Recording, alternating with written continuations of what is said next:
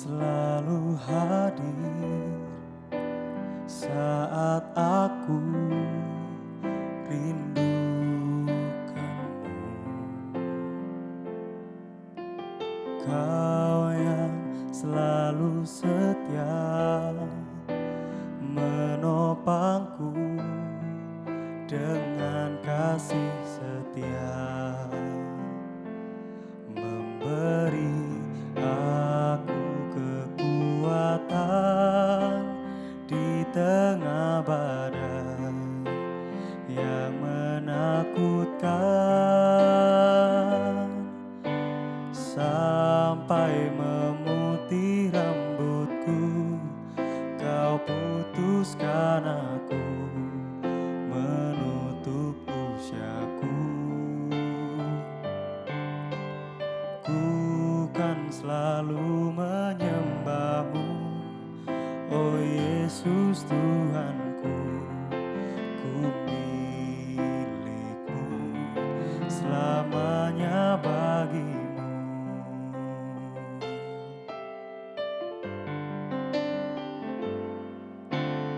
Kau selalu hadir saat aku rindukanmu.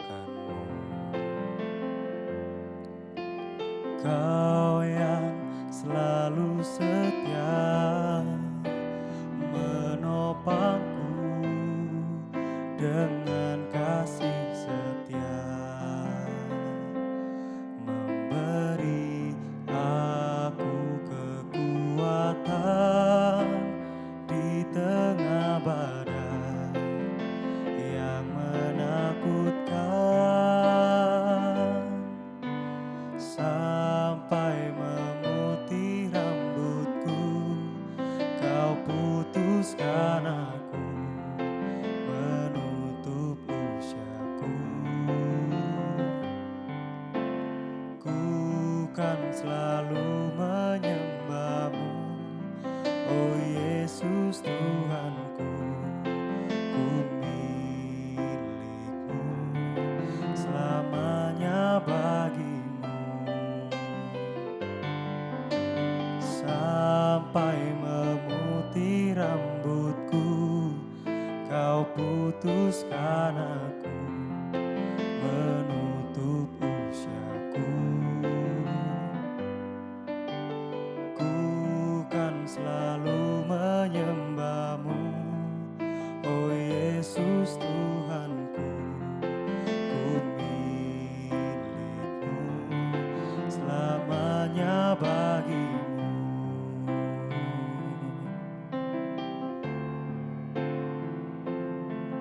Selamanya ku mau dekat denganmu, ku mau setia Tuhan, ku mau selalu mengikut-Mu, Yesus, sebab hanya Engkau sumber kekuatan, Engkau sumber pengharapan, Engkau sumber keselamatan kami. Ku mau selalu setia mengikut-Mu, sampai putih rambutku, sampai habis nafasku. Ku mau selalu mengikut-Mu Tuhan, selama-lamanya. Yesus Tuhan, haleluya, haleluya, haleluya. Oh, Yesus Tuhan, Yesus Tuhan.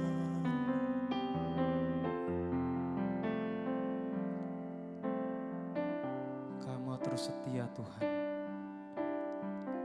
sampai putih rambut kami, sampai habis nafas kami. Kau mau setia terhadap Kau.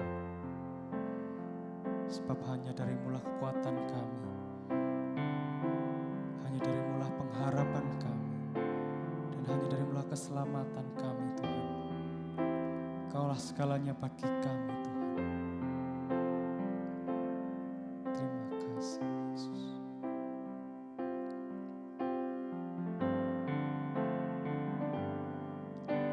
Sampai memutih rambutku, Kau putuskan aku, menutup usiaku. Ku kan selalu menyembah-Mu, oh Yesus Tuhanku. Ku milik-Mu, selamanya bagi-Mu. Sampai memutih rambutku, Kau putuskan aku, menutup usiaku. Ku kan selalu menyembah-Mu, oh Yesus Tuhanku. Ku milik-Mu, selamanya bagi-Mu. Ku milik-Mu, selamanya bagi-Mu. Ku milik-Mu, selamanya bagi-Mu.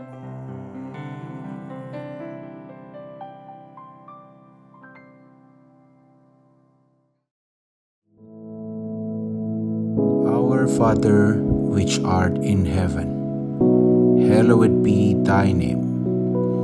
Thy kingdom come, thy will be done in earth as it is in heaven. Give us this day our daily bread, and forgive us our debts, as we forgive our debtors. And lead us not into temptation, but deliver us from evil. For thine is the kingdom, and the power, and the glory, forever.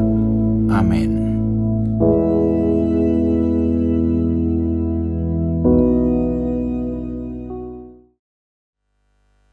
Mari kita tundukkan kepala, kita berdoa. Bapa yang baik, yang kami sembah di dalam nama Yesus, kami ucap syukur, terima kasih buat anugerah-Mu kembali kami dipertemukan di dalam kasih Kristus, dan kami saat ini mau mendengarkan sabda firman-Mu.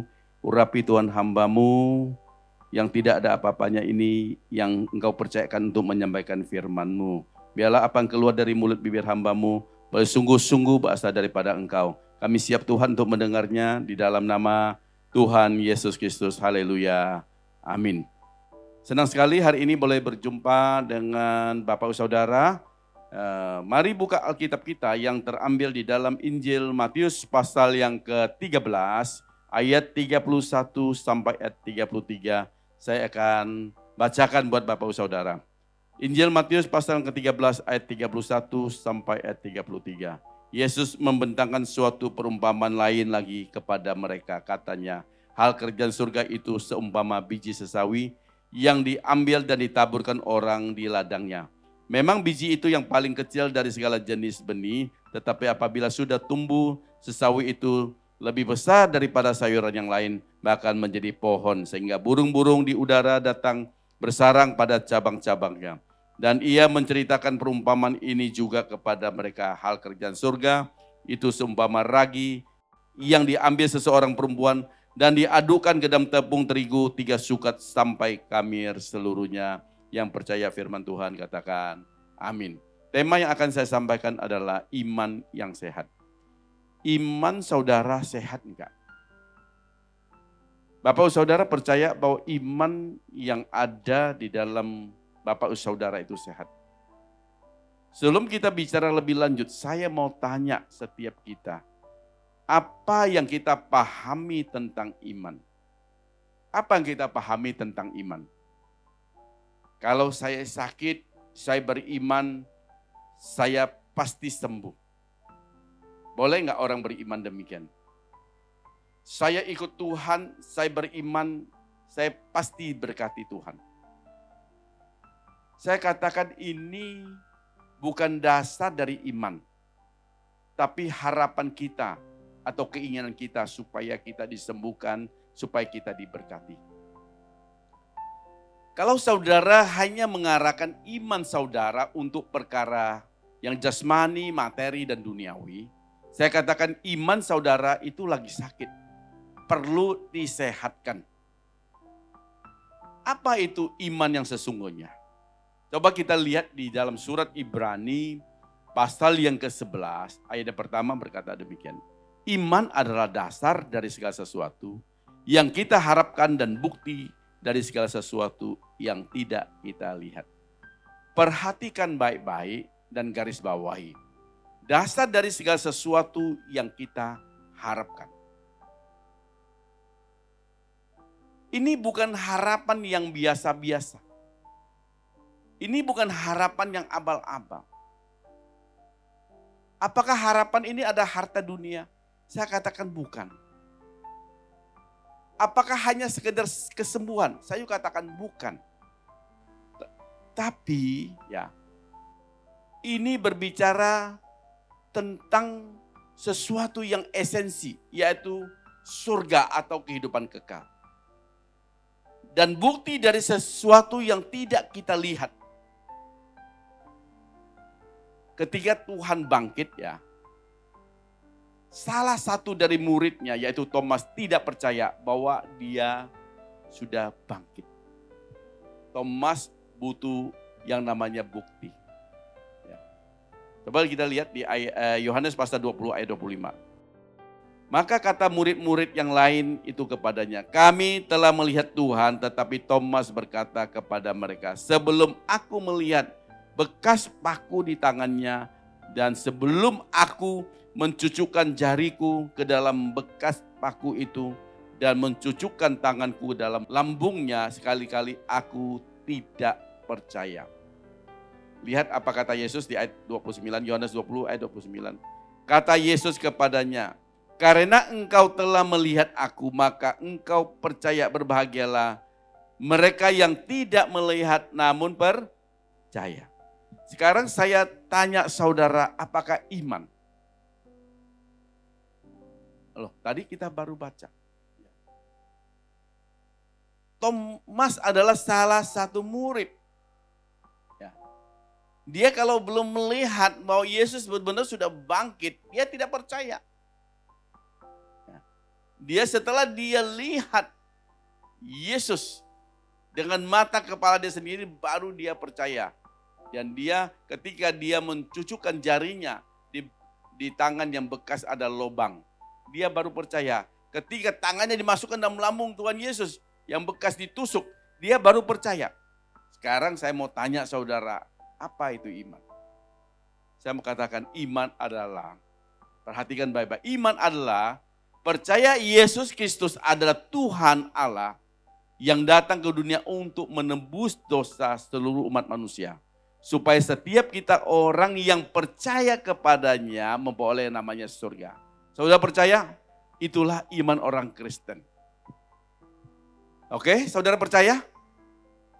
Kalau saudara percaya, iman yang kita miliki harus kita pelihara supaya tetap sehat.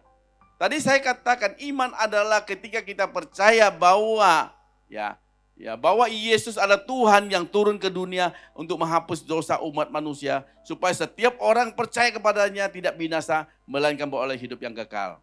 Kalau saudara percaya itu ya, iman saudara sudah benar. Tetapi iman yang saudara miliki harus kita pelihara supaya tetap sehat ya. Saudara ingin punya iman yang sehat? Lihat di Injil Matius pasal ke-13 ayat 31. Yesus membentangkan suatu perumpamaan yang lain kepada mereka, katanya, hal kerajaan surga itu seumpama biji sesawi yang diambil dan ditaburkan orang di ladangnya. Garis bawahi, diambil dan ditaburkan orang di ladangnya. Iman yang Tuhan berikan kepada kita adalah gratis, ya. Tidak usah bayar. Yesus sudah membayarnya di atas kayu salib dan Tuhan katakan sudah selesai, ya. Dosa kita sudah diselesaikan oleh Tuhan. Tetapi iman yang sudah Tuhan berikan harus kita garap, harus kita kerjakan di ladang atau di tanah hati kita supaya bisa kita hidupin. Amin. Di dalam Injil Yohanes pasal 12 ayat 24 berkata demikian. Aku berkata kepadamu sesungguhnya, jikalau biji gandum tidak jatuh ke tanah dan mati, ia tetap satu biji saja, tetapi jika ia mati, ia akan menghasilkan banyak buah. Ini konteks ketika Yesus berbicara tentang dirinya yang akan mati di atas kayu salib untuk menebus dosa umat manusia. Ya. Tetapi firman Tuhan hari ini berkata kepada setiap kita bahwa iman yang Tuhan berikan kepada kita harus kita garap, harus kita hidupin ya. Dia harus ditaburkan ya. Dia harus mati dan ditaburkan supaya kita ini bisa menghidupinya. Ya. Makanya kita ini harus menjaga hati kita ya. Maka di Amsal 4 ayat 23 katakan, jagalah hatimu dalam segala kewaspadaan, maka dari situ akan terpancar yang namanya kehidupan ya. Kalau hidup kita tidak menghasilkan buah ya. Hidup kita ini ya tidak akan menjadi sesuatu yang luar biasa di hadapan Tuhan. Ya. Iman kita adalah iman yang harus betul-betul ya. Bagaimana kita pahami dengan benar bahwa Yesus ya, dia mati untuk hidup kita. Yesus sudah menyelesaikan dosa kita di atas kayu salib. Dan Yesus katakan ya, biji kalau tidak jatuh ke tanah dan mati, dia tetap satu biji. Dia tidak menghasilkan buah yang banyak. Kalau Tuhan berkata demikian, ya, Tuhan juga ingin bahwa hidup kita ini juga harus mati. Mati bukan fisik kita yang mati, ya.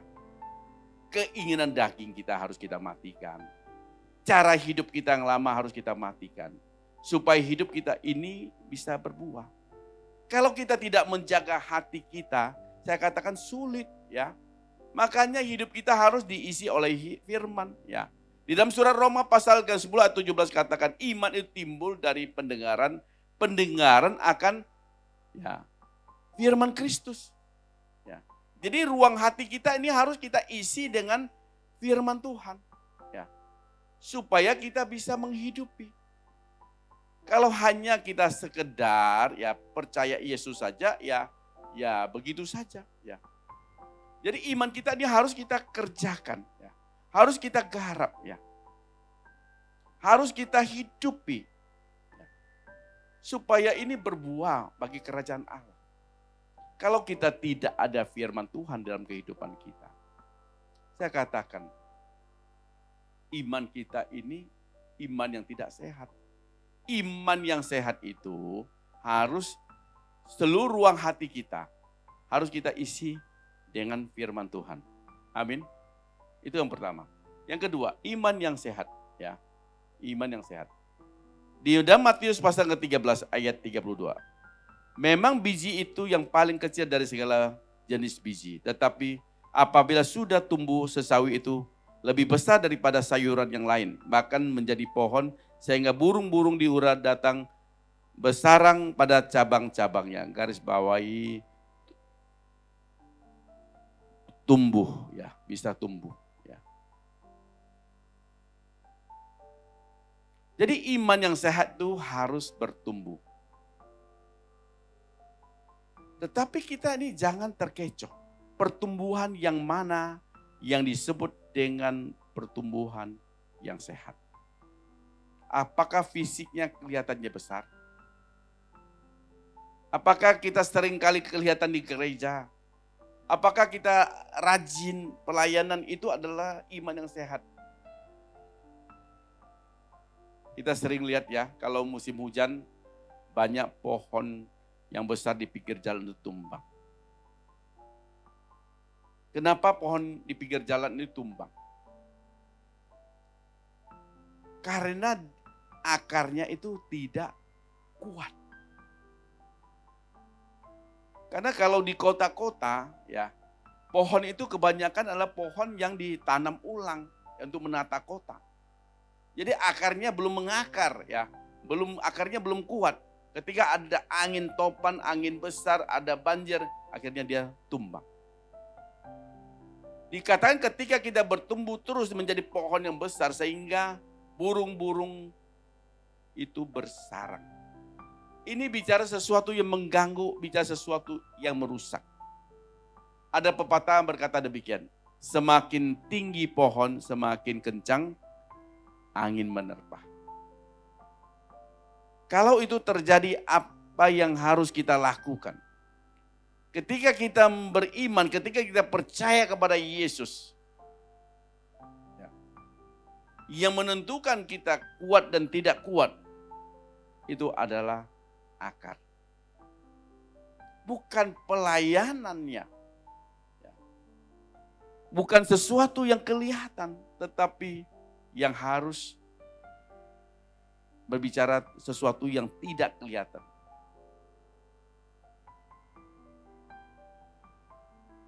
Semakin kita beriman, apa indikatornya? Ya. Sehingga kita dikatakan kita ini semakin kuat di dalam Tuhan. Semakin kita beriman, apakah bisa kita tunjukkan dengan pelayanan kita? Ya. Saya katakan pelayanan, bukan ukuran. Pohon yang sehat semakin besar, akarnya juga harus semakin dalam. Kalau akarnya tidak kuat, suatu saat itu pasti tumbang. Semakin kita melayani, semakin anjlok. Semakin kita memberi, semakin kita tertekan. Semakin kita banyak ngomong, semakin banyak masalah. Kenapa? Akarnya itu tidak dikuatkan. Akar itu berbicara sesuatu yang tidak kelihatan. Kalau berkhotbah itu sesuatu yang kelihatan. Kalau kita pimpin puji-pujian itu sesuatu yang kelihatan. Kalau kita main musik ya di multimedia, aser konsumsi, semua adalah sesuatu yang kelihatan. Ini bukan akar. Akar adalah sesuatu yang tidak kelihatan. Apa itu akar? Tuhan pernah berkata, kalau kamu mau berdoa, masuklah kamar dan kuncilah pintu. Itu sesuatu yang tidak kelihatan. Persekutuan dengan Tuhan yang kuat, ada sesuatu yang tidak kelihatan. Kalau saudara banyak pelayanan, kalau bapak saudara tidak bersekutu dengan Tuhan, tidak membangun hubungan yang kuat dengan Tuhan, saya percaya suatu hari emosimu akan meledak. Borokmu akan kelihatan. Kenapa? Kamu tidak memiliki satu pondasi yang kuat. Ketika angin taufan melanda, kalau saudara memiliki satu pondasi, akar yang kuat, saudara akan tetap kuat berdiri, tetap beriman, tetap melakukan apa yang Tuhan mau. Iman yang sehat harus senantiasa membangun persekutuan yang kuat dengan Tuhan. Yang terakhir, iman yang sehat. Di Injil Matius pasal yang ke-13 ayat 33. Dan ia menceritakan perumpamaan itu juga kepada mereka. Hal kerajaan surga itu seumpama ragi yang diambil seseorang perempuan dan diadukan ke dalam tepung terigu 3 sukat sampai kamir seluruhnya. Ragi yang diambil seseorang perempuan dan diadukan dalam terigu 3 sukat. Ragi ini berbicara sesuatu yang memberi pengaruh kepada adonan. Tanpa iman yang sehat tidak mungkin ada yang mau. Maksudnya apa, Pak?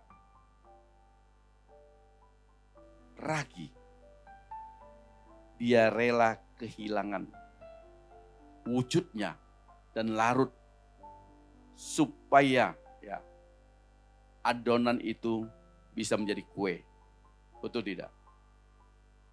Orang yang beriman tidak takut kehilangan segala sesuatu yang dia punya. Orang beriman pasti rela berkorban seperti ragi yang diadukan di dalam tepung terigu dan menjadi adonan. Yesus memberikan teladan bagi setiap kita. Ya. Yesus adalah Tuhan yang datang ke dunia. Dia di dunia, dia bukan hanya duduk diam, hanya berkhotbah di bait Allah. Yesus datang kepada nelayan. Yesus datang kepada pemungut cukai. Yesus datang kepada orang pendosa. Yesus seringkali masuk ke dalam kumpulan-kumpulan di mana orang berkerumun. Karena Yesus, dia menjadi ragi. Ya, rela diaduk-aduk. Rela dia berkorban. Coba lihat di dalam Filipi pasal yang kedua, ayat 5-7. Hendaklah kamu dalam hidupmu bersama menaruh pikiran dan perasaan yang terdapat juga dalam Kristus Yesus. Yang walaupun dalam rupa Allah tidak menganggap kesetaraan dengan Allah itu sebagai milik yang harus dipertahankan. Melainkan telah mengosongkan dirinya sendiri dan mengambil rupa seseorang hamba dan menjadi sama dengan manusia. Yesus ya rela ya hidupnya itu menjadi adonan ya seperti ragi ya memberikan pengaruh yang positif kepada orang lain. Iman yang sehat. Dia akan mempersembahkan seluruh hidupnya ya, untuk Tuhan. Supaya apa? Di mana dia berada, dia boleh jadi berkat bagi sesama. Dimanapun dia berada, ya, membawa pengaruh yang positif bagi sesama. Sehingga dia mempersembahkan hidupnya untuk Tuhan. Ini iman yang sehat. Iman sehat bukan kita seperti ahli Taurat.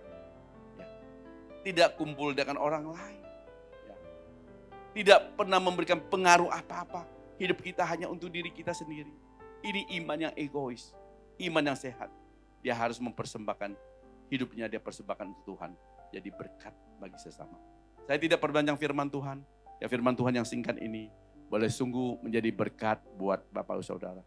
Ya tundukkan kepala kita berdoa. Terima kasih Tuhan buat firman-Mu yang singkat ini. Biarlah dengan iman yang sehat ini kami boleh senantiasa menjadi berkat di tengah-tengah jemaat Tuhan. Terima kasih Bapak, kami bersyukur buat segala kasih karunia-Mu. Dan saat ini kami akan terima berkat Tuhan. Dan angkat kedua tangan saudara dan terimalah berkat Tuhan. Tuhan memberkati engkau dan melindungi engkau. Tuhan menyinari engkau dengan wajahnya dan memberi engkau kasih karunia. Tuhan menghadapkan wajahnya kepadamu dan memberi engkau damai sejahtera. Dalam nama Tuhan Yesus yang percaya, katakan amin.